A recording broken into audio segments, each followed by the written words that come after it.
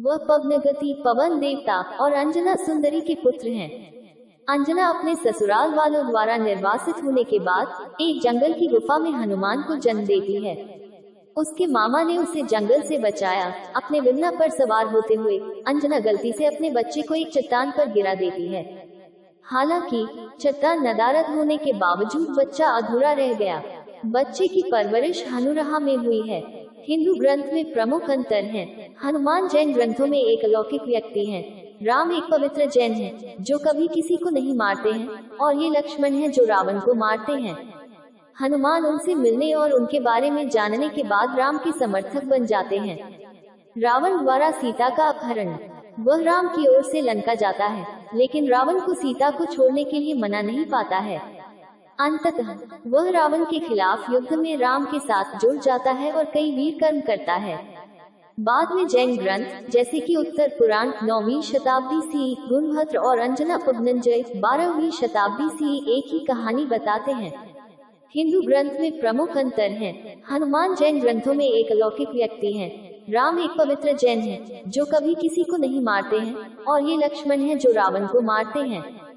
हनुमान उनसे मिलने और उनके बारे में जानने के बाद राम के समर्थक बन जाते हैं। रावण द्वारा सीता का अपहरण। वह राम की ओर से लंका जाता है, लेकिन रावण को सीता को छोड़ने के लिए मना नहीं पाता है। अंततः वह रावण के खिलाफ युद्ध में राम के साथ जुड़ जाता है और कई वीर कर्म करता है। बाद में जैन ग्रंथ जैसे कि उत्तर पुराण 9वीं शताब्दी सी, गुणभद्र और अंजना पवनंजय 12वीं शताब्दी सी एक ही कहानी बताते हैं। जैन रामायण कथा के कई संस्करणों में हनुमान को समझाने वाले मार्ग हैं, और राम जैन धर्म में पौमा कहलाते हैं। इन संस्करणों में हनुमान अंततः सभी सामाजिक जीवन को त्याग कर जैन सन्यासी बन जाते हैं।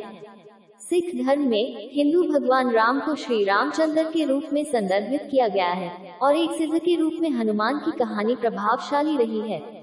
1699 में मार्शल सिख खालसा आंदोलन के जन्म के बाद 18वीं और 19वीं शताब्दी के दौरान हनुमान खालसा द्वारा श्रद्धा की प्रेरणा और उद्देश्य थे। कुछ खालसा रेजिमेंट हनुमान छवि के साथ युद्ध के मैदान में लाई गयी। हृदय राम भल्ला द्वारा रचित हनुमान नाटक और कविकाल द्वारा दासपुर कथा जैसे सिख ग्रंथ हनुमान के वीर कर्मों का वर्णन करते हैं। लुई फिनेच के अनुसार सिख परंपरा में कहा गया है कि गुरु गोविंद सिंह हनुमान नाटक के प्रिय पाठक थे। रामायण के गैर भारतीय संस्करण मौजूद हैं, जैसे थाई रामायण। रामायण के इन संस्करणों के अनुसार मैकचू सुवर्णमचा द्वारा जन्मे हनुमान के पुत्र हैं। जब रावण के महल में आग लगाने के बाद हनुमान उड़ते हैं, अत्यधिक गर्मी से उनका शरीर और समुद्र में गिरने पर उनके पसीने की एक बूंद जो एक शक्तिशाली मछली द्वारा खाई जाती है, उसने स्नान किया और उसने रावण की बेटी मच्चनु को जन्म दिया। एक अन्य किंवदंती में कहा गया है कि मत्स्यराज, जिसे मकरध्वज या मत्स्यगर्भा के नाम से भी जाना जाता है, नामक एक राक्षसी उनके पुत्र होने का दावा करती है। मत्स्यराज का जन्म इस प्रकार बताया गया है। एक मछली मत्स्य को हनुमान के पसीने की बूंदों से लगाया गया था जब वह समुद्र में स्नान कर रही थी। दक्षिण पूर्व एशियाई ग्रंथों में हनुमान बर्मीज रामायण में विभिन्न तरीकों से उत्तर भारतीय हिंदू संस्करण से भिन्न होते हैं, जैसे कि राम यगिन, अलोन राम थाईगिन अराकानी बोली में, राम मुटु और राम थाईन मलय रामायण जैसे हिकायत श्री राम और हिकायत महाराजा रावण और रामायण जैसे थाई रामायण।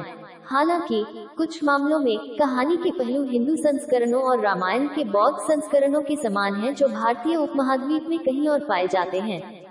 वाल्मीकि रामायण मूल पवित्र ग्रंथ है। अन्य लोगों को लोक नृत्य की तरह कला प्रदर्शन के लिए कवियों द्वारा संस्करण संपादित किए जाते हैं। रामायण की सच्ची कहानी वाल्मीकि है।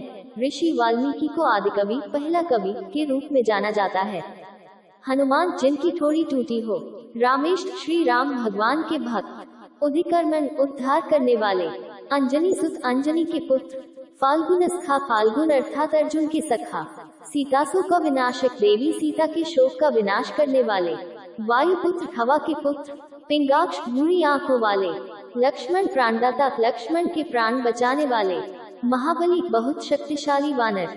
अमित विक्रम अत्यंत वीर पुरुष। दशग्रीव दर रावण के गर्व को दूर करने वाले।